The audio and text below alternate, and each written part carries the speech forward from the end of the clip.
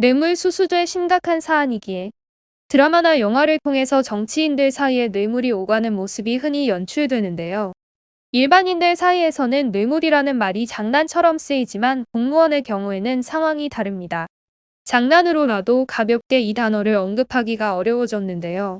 뇌물과 관련된 사건 발생 횟수가 늘어났을 뿐만 아니라 실형이 선고되는 사안도 상당히 많기 때문입니다. 최근에는 공무원 A씨가 뇌물을 받고 화물차 트랙터 불법 증차를 도와주는 사건이 발생했습니다.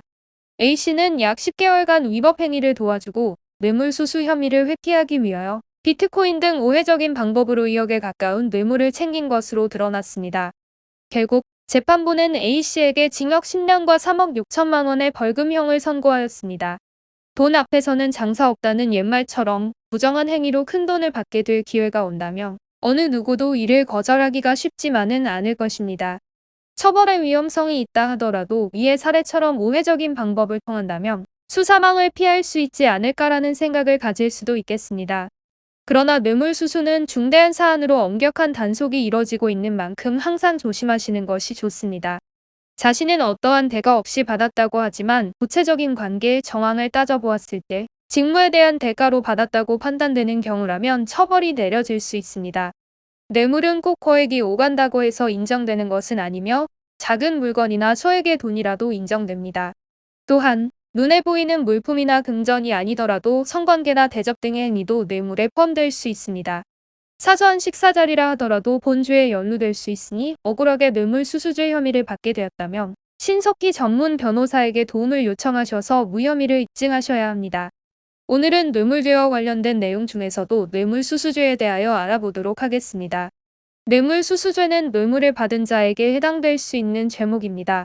본 죄는 직무와 관련된 대가로 부당한 이익을 취한 경우에 성립될 수 있습니다.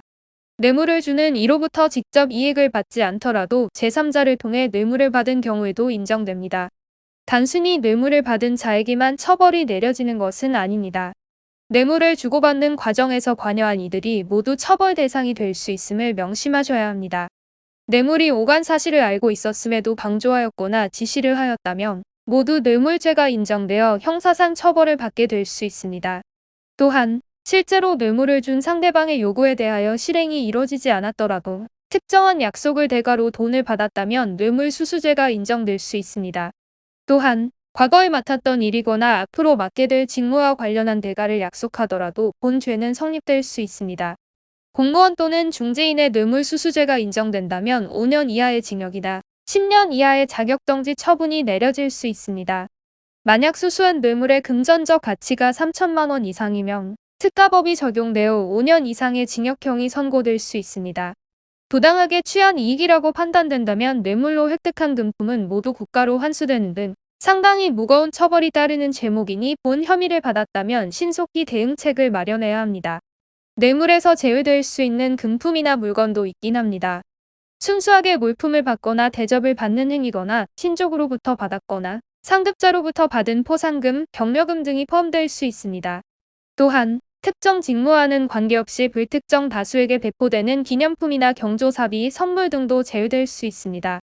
이처럼 예외적인 사례도 있기는 하지만 정말 순수한 의미가 있거나 특정하지 않은 다수를 상대로 배포된 기념품 정도에 한하고 있습니다.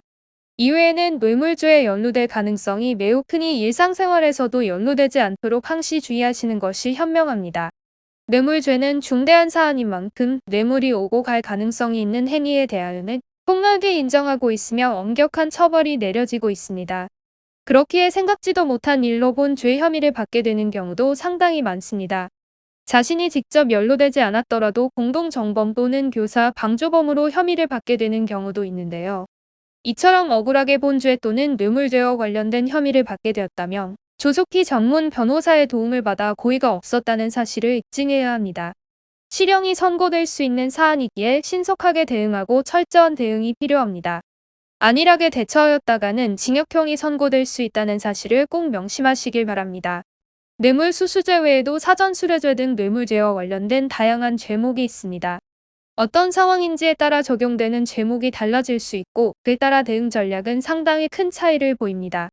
정확히 어떤 죄목의 혐의가 인정될 수 있는 사안인지 전문가에게 법리적 검토를 받은 후 그에 맞는 대응 전략을 제공받으시길 바랍니다.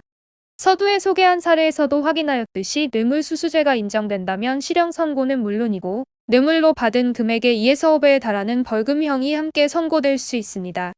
부정하게 챙긴 이득은 모두 국가로 환수되기에 자신의 재산에서 벌금을 지급해야 하는 상황에 처하게 되는 것입니다. 자격정지 처분까지 내려지는 경우가 많은데 이러한 경우에는 직장을 잃은 채로 거액의 벌금을 갚아나가야 하기에 상당히 막막한 상황에 직면하게 될 수 있습니다. 뇌물수수죄 혐의를 받았다면 반드시 법률 대리인의 도움을 받으시어 문제를 원만하게 해결하시길 바랍니다. 법률사무소 AL에서는 형사 전문 변호사가 카카오톡을 통해 24시간 무료 상담을 도와드리고 있습니다. 다른 사람이 아닌 전문 변호사가 직접 응답해드리고 있으니 아무런 염려 마시고 상담 요청하셔서 최선의 솔루션을 받아보시길 바랍니다. 경찰 조사 단계에서부터 철저하게 대응하셔야 무혐의를 인정받을 수 있으니 최대한 빨리 연락하셔서 문제를 해결하시길 바랍니다.